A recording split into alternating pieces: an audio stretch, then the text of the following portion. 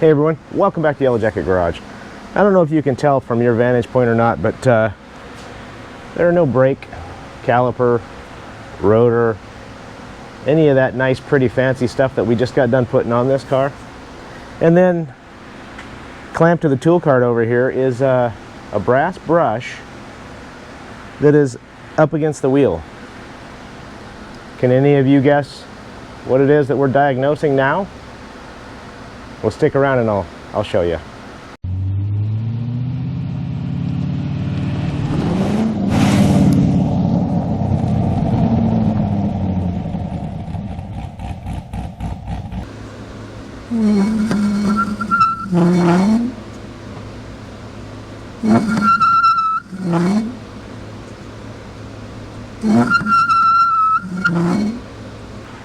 So you know what that means? That means that the axle here is bent just ever so slightly, and it was not enough that you noticed it with the drum brakes. I noticed it once I got it all back together and was checking clearance, and I couldn't get the clearance to work out the way it should, and then it occurred to me that I think I had a bent axle because the wear that I was seeing, the witness marks, was just on one side of the disc. And so I started doing a little bit more digging, investigating, and yep, it's a bent axle. And so we went ahead and ordered axles for both sides, because if you're going to replace one, might as well replace both of them. The other side clearance just fine, doesn't have any issues, but the axles that I ordered are from Yukon Gear and Axle, and they are a little beefier than the stock units. And so let's just go ahead and put both axles in. And so that's this project, replacing the axles.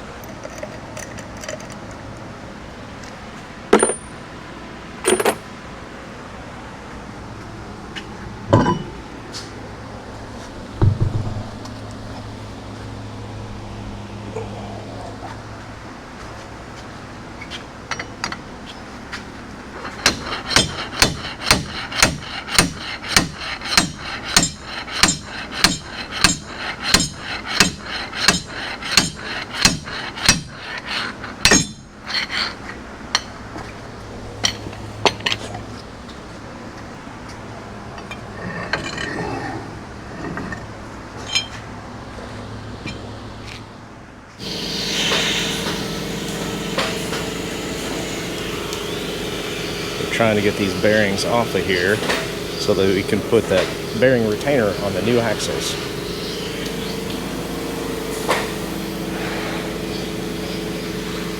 This gentleman is kind enough to let me record while he's working on it, so might be kind of neat. So what we're doing is there's a slip retainer that holds the bearing on. We're going to heat that up and then hammer it off so that we can get to the actually that retainer piece that we modified for the axles is what we're after. So we'll see how this goes.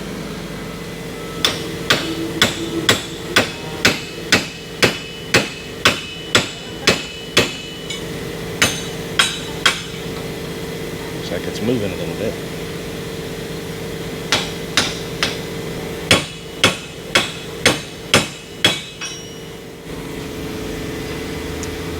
We've upped our game a little bit.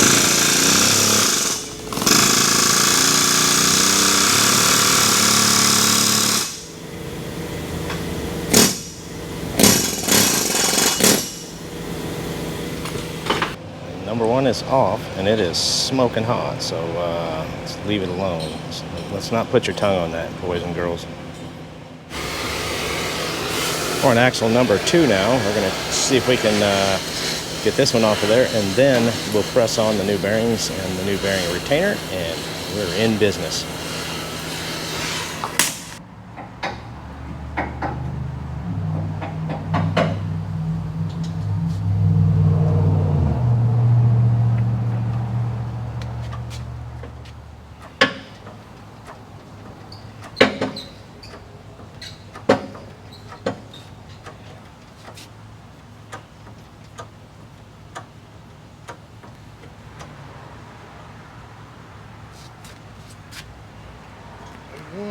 Just like that. All right, so we got our axles back and bearings are pressed on, all that good stuff. I went ahead and put the passenger side back together. But now what I want to do is I want to go ahead and put a little bit of oil on the back side of the bearing, or on the top side around it where it's going to slide into the bearing keeper, race, all that good stuff. And so just to give it a little bit of lubrication,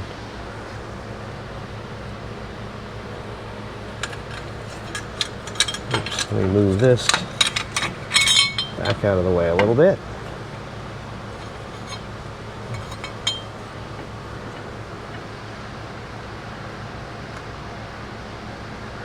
Now I did go ahead and clean everything up real good so that I know there's no junk and all kinds of stuff on the bearing itself. And so it is ready to go back together. Let's go ahead and take the brake bracket and all that stuff, put it back where it needs to be, and get the bearing retainer back in there. Okay, so it is back in there. Gently slide that in there.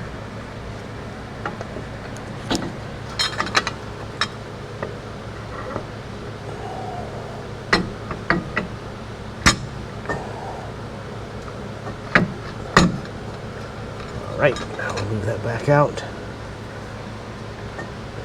And you have everything pretty close. What I'm going to do now is I'm going to go ahead and grab a block of wood, and we'll smack the end of the axle to drive it all the way in there, and then we'll go ahead and button everything back up.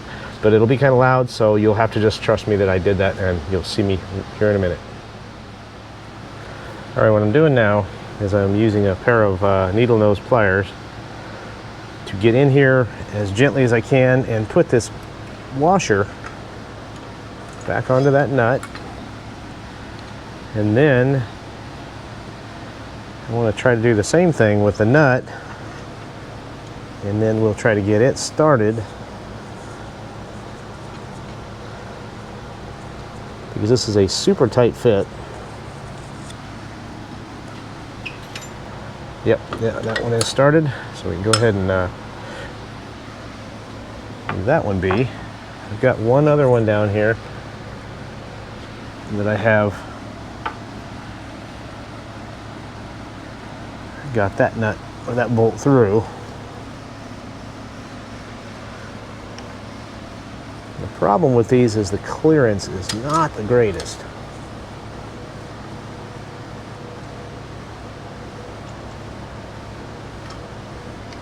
And so getting this to actually get back on there, it's not a whole lot of fun. The trick is kind of getting that nut positioned properly. Once you get it positioned, then it does okay. It's just a matter of getting it positioned. I didn't want to do it that time. So what I'll do is get down here on this rolling stool.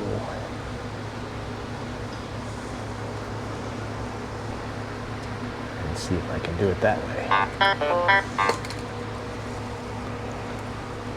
don't think it's on there.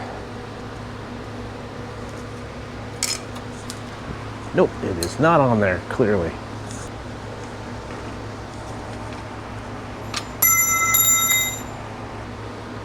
You do it with that finger. Just trying to hold the nut on the outside of the bolt to get the threads to engage. And of course I can't see it, so not being able to see it is not real helpful. I think it was a matter of changing my angle so that I could see it a little bit better, see what I was doing. And there, we got to it.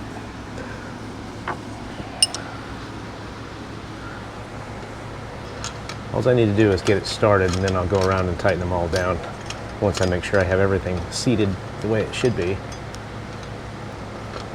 All right, that one's caught.